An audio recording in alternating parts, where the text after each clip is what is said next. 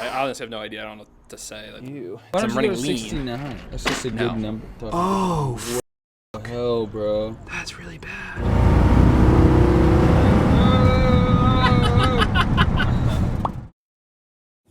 Welcome back to Center Car Show. My name is Sam, and this is my Ranchero.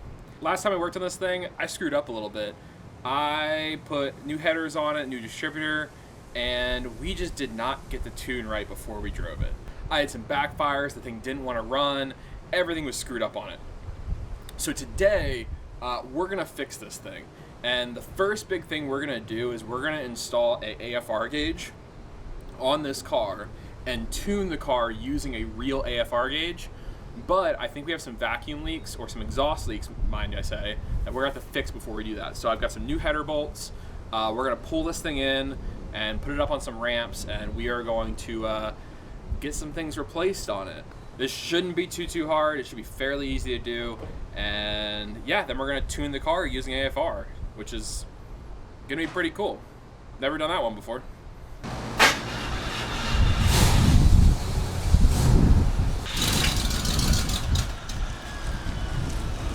Okay, we got a goodie box from Summit Racing.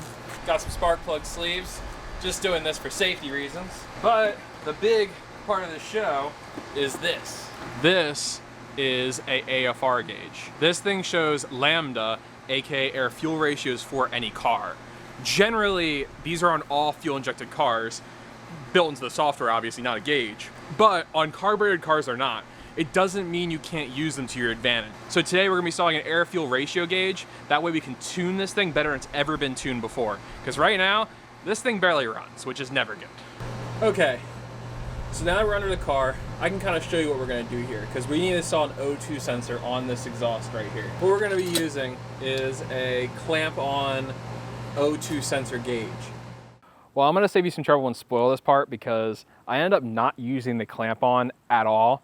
The clamp-on actually would have worked amazing, but I end up having to pull off a part of the exhaust anyway, so we ended up not using this thing. It's a really great thing. It would work great. All you gotta do is you just drill a hole in your exhaust, and then you put this gasket around it, and then you clamp the clamp down, and then you're ready to put your O2 sensor in and continue the rest of the install. So I need to install an O2 sensor. Luckily, I have an O2 sensor installation tool. So it's gonna make this nice and easy. This is the O2 sensor right here. Basically just run it up on here and screw it in. This is an O2 sensor tool. It actually slips over the actual wire, so you can run it up and tighten down an O2 sensor. That should be good. Cool. Well, that baby's on there. Now it is time to run this wire. Up top, there's a harness that connects to this thing here, and I'll find a safe place out of the way of the exhaust to run it. Then we're gonna hook it up to the gauge and see if it works. So just to make sense of what I did, I want to show it. I brought these wires right here up, and I ran them across here and into this right there. That then runs into the car down here. Okay, so basically this is really easy. This is the gauge right here. This is the other wire that I have to wire up. This blue and white wire, I actually don't need this at all. The only thing we're running are the red and the black wire, which are very simply are just power and ground. So I think what we're actually gonna do is to make this really easy is off the back of my current gauge cluster, I have a couple wires that are for keyed power and for ground. I think we're just going to run it to those. Okay, so moment of truth. The wires are wired up and they're in the gauge. We're gonna turn on the car and see if this gauge lights up. I see lights. I don't know if it's hard to see on camera, but they're there. Okay, it is time to tune this car then. So, tuning the car this time did not work out at all. I tried tuning it. It said it was super lean, and that was because of all the exhaust leaks in the car. I tried retightening the headers and doing a couple other things. I just could not get the car to run right. And there were vacuum leaks and there were exhaust leaks, and down where me and Ben used clamps to clamp on the new exhaust and the new headers, it just didn't seal.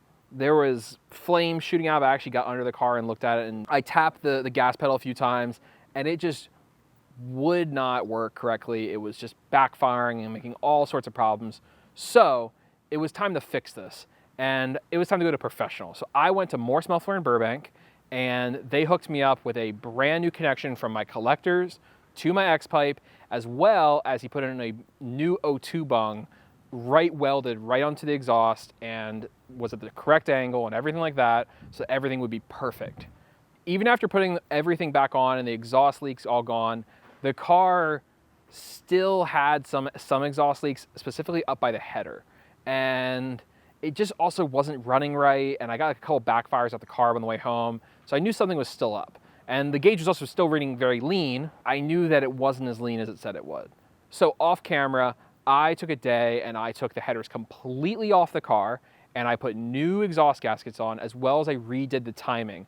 I found that, you know, some people online recommend 10, 12 degrees initial for timing on small block Fords. I went to 8 because I honestly don't need a lot of power in this car and it wasn't really benefiting me, so it didn't seem like the engine liked it. So I dropped it down a little bit, which made the car run way, way better. Went to a car show in it, still had some problems, not too bad. Then me and Ben took the entire day and we put in a tachometer into the car to make sure that we had RPM to look at next to our air-fuel ratios. It actually took us a really long time to put in the tach, which should have been a very short process, but the wiring just would not work for that thing, and so it just took forever. But we got it in and me and Ben went for a drive, hoping that the car was gonna run really well and it would be the first time we actually had the car run well. We took it out and all of a sudden it didn't run well at all. Something's running wrong. Brakes are good. Yeah, it just cut there, which is weird. I'm not getting all the backfires I was before, but I feel like I have nothing. I feel like I have no power in this car, which it should have gained, I should have gained a decent bit of horsepower, and I feel like I didn't gain anything. The car honestly really felt like it was in pain driving down the road. So we just took it right back to the house and I was done for that day. I honestly have no idea. I don't know what to say. There's nothing really I really don't know what's going on with it. Next day I decided to come work on the car, which was day 5 at this point, or 6. I decided to change the fuel pump. I had been talking to my dad about it and we kind of thought that it was a fuel starvation issue. And so the fuel pump I had was kind of crappy. So I put a brand new Holley blue, really nice fuel pump in it, which is something I've been neglecting to do the entire time. And me and Ben then went for a drive in the car so we could actually figure out how lean or rich it was, so we could actually change the jets accordingly and actually use the AFR gauge for what I wanted to use it for, which was tuning the car. And the car drove amazing. It drove really well and it was crazy. And I was like, wow, the fuel pump was the issue the entire time. That's the third version of that fuel pump I put on because I've starved 2 or 3 of them in process. So I was just confused at this point, but I was happy because the car was running well now. I was then super excited, so I drove the car home. It would be nice to just take the car to drive because I haven't been able to drive very much. And on the way home, it ran like crap again. The same way it was running before. Kind of made me feel crappy because I thought I had it fixed. Okay, we're back again. This is day 30 of trying to fix this thing. We're finally gonna change the main jets on this carburetor. I am still running super lean at a cruising speed over 40 miles an hour. So we're gonna take it right now and we're gonna show you how to change the jets on this thing, and then we're gonna take it for a drive and see if that helped the problem. And if it helped the problem, maybe we'll go a little bit farther, maybe we'll come a little bit back. We'll kind of figure it out as we go, but let's change some jets. This is actually not super difficult of a process, honestly. And I don't know why I've been putting it off for so long. We're basically just gonna take the front bowl off the carburetor, which is super duper easy. The only thing is we're gonna lose a little bit of fuel, so I got some rags here. Ow. Damn it. Oh. Yeah, I'm good. Shove these boys in there. I think these are 5/16, which they are. All we do is just crack these guys open. These are just, so this is the actual front bowl of your carburetor, and this is the main body. Jets are right here and here. Okay. So we're gonna take this thing off, which holds the fuel, and then we're gonna get behind it and just change the jets. And we have a whole jet kit, as you see right here from Holley, which is every jet that you can put on a Holley carb. I don't know what's actually in there. I think they're 66s. We're gonna go pretty dramatic. We're gonna go to a 70. What's the usual change? 2. So we're gonna go we're gonna double a normal change because I think it's pretty bad. Yeah. Pull that off. We're gonna set that over here for now. We're gonna pull these off. Now they're loose. But we're gonna crack this whole thing. And there goes all the fuel. Ew, it's kind of nasty in here. Oh shit. Okay, so your jets are these guys right here and right here. When I take these out, they should have a number on them for what they are. This is a jet tool that you can buy from Holley. It's basically just a flathead screwdriver with a little circle part in the middle. You can also just use a flathead because it doesn't matter. So what we're gonna do is just shove this guy in there and it should just come off. There it goes. There it goes. Or did it? No, I don't think it broke loose yet. Get this one off. That one I got. Yeah, that boy's loose. That boy's loose now. I wonder about like pliers. Oh, there it nope. goes. No? Nope. Damn. It's just cracking in there. Yeah. Damn, dude. This jet is. God damn. It really does not want to come out.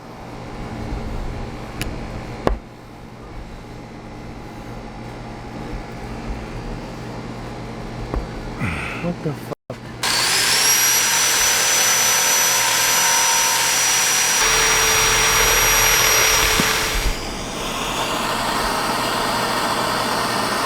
Please, thank Jesus Christ, please. There it goes. Oh my God. Oh my God. All I needed was a little heat. Make pain in the butt. Okay, we got it out. I gotta spray this thing out though, because now it's like freaking covered. Also, the jet is a 66, like we thought. Okay. I don't know if it's possible to see it, but if you come look here, if you can zoom in, there's that little number. I can barely see it. So, just for continuity, I'm gonna go 66. Bam. That's the one that's still... That's the one that's still alive. If you're at 66s, normally it's recommended you go up by 2 sizes at a time. 67, 68? Yeah, so Okay. basically I'd be supposed to be going to a 68. In my case, because I need more fuel, Why because don't I'm you go running to lean. 69? That's just a No. good number. Oh, I could go 69. So I'm gonna grab my 270s. New jet. Tom Cruise would be proud. New jet. New jet. Who this? New jet, who this? Okay, so now we got our new jets in. We have 70s in there now. Cool. Let's put this metering block back on. Like so. Just shove her back up in there. The biggest thing is this guy right here, you gotta make sure that this goes in the back of the bowl. So this thing right here goes in that hole, but it can't like overstretch, so that's the problem. Is it has to be like, it's gotta be like perfect. So there's a little thing right here. See this down right here? Yeah. I gotta get that under this little, oh, I got it. We're good. So if we didn't have to drill that one out, this would have been a really easy process. These do not need to be that tight. Do not over tighten these. It will break your carb. And because the whole thing is, listen, if it leaks, we just tighten it up more later. One thing I'm gonna do real fast is I'm gonna unscrew my fuel filter. This one has a removable fuel filter in it. I just wanna check, because I've been having fuel cut issues, and the only other thing that could be wrong is I'm not getting fuel flow. Like it's clogged or something. Yeah, so we're gonna look Whoa, at this what's thing. it look like in there, huh? I love hearing people talk. Oh, what the hell, bro? dude. That could be the problem. That's really bad. Ew. What the hell is that? What is that from? What the hell is even that? I don't even know. Hey, listen. This is why you run fuel filters, boys and girls. Yeah, man, Oh my what the hell God. is that, bro? That's so That's so nasty. crusty. This would be part of the problem.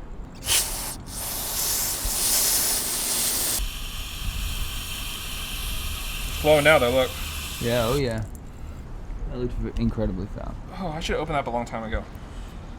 I just Damn. Damn. We might have found our problem. Yeah, I think we did just find our problem.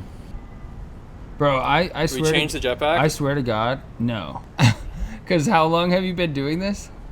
How long have you been messing with this shit? Too fucking. I'm so wet and sweaty. Too Well- fucking long.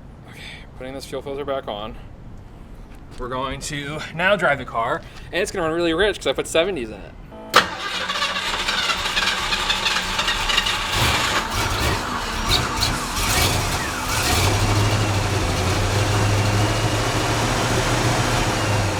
So the gauge is set at like 12, 7, 8, 9. It does, it will richen out a little bit. Higher means leaner, richer means Lower. lower. Okay, so let's drive. Let's get it. Nope, lean. Lean, lean, lean. Very lean. Super lean. How lean? What's our number? It shot the 16 and a half. 16 and a half. That's a lot.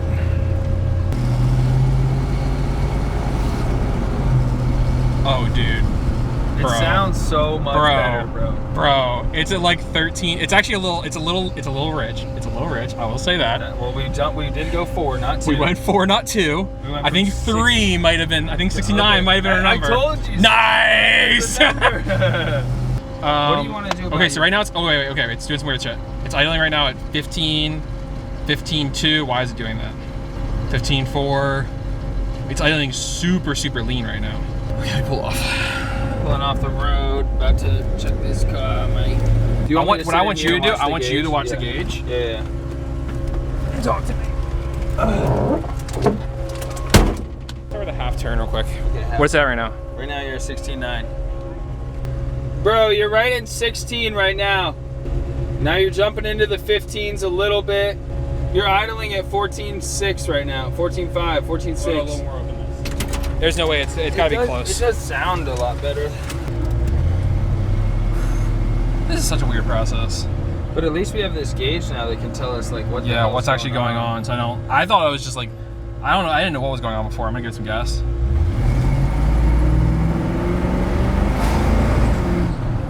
How was that? It's running a little rich. It was running like 10. Now it's idling at 10 right now. I wonder if I needed to clean it out. I wonder if it was actually running fine. I needed to clean it out. You mean your fuel filter? No, literally the carb. Like I needed to give it an old Italian tune-up. Oh yeah. Yeah, it's real rich. What are you at? Like 10, 11. Yeah. I think there was a little bit something stuck in that bowl. Maybe some metal shavings for all we know. And when I gave some gas, I think it blew them out. There we go. I mean, we're pretty rich. Like 11's pretty rich. Let me downshift.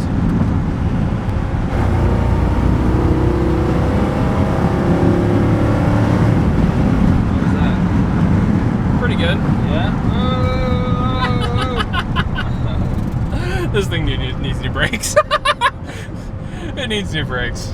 Okay, so it's running pretty good. We're gonna head back to the house. We're gonna take a look over things, make sure we're not leaking any fuel or anything like that, and then we'll talk about the end of this because it seems like it's running fine now. We're back from our drive, and honestly, it's probably the best drive we've had with this car ever since we started this process.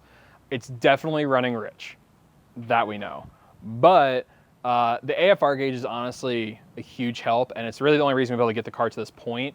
We're able to troubleshoot because we knew what times it was lean, what times it was rich, and we're able to adjust certain things so we can figure out, like for example, if idle is rich or lean, you adjust the idle circuit, all the screws on the side.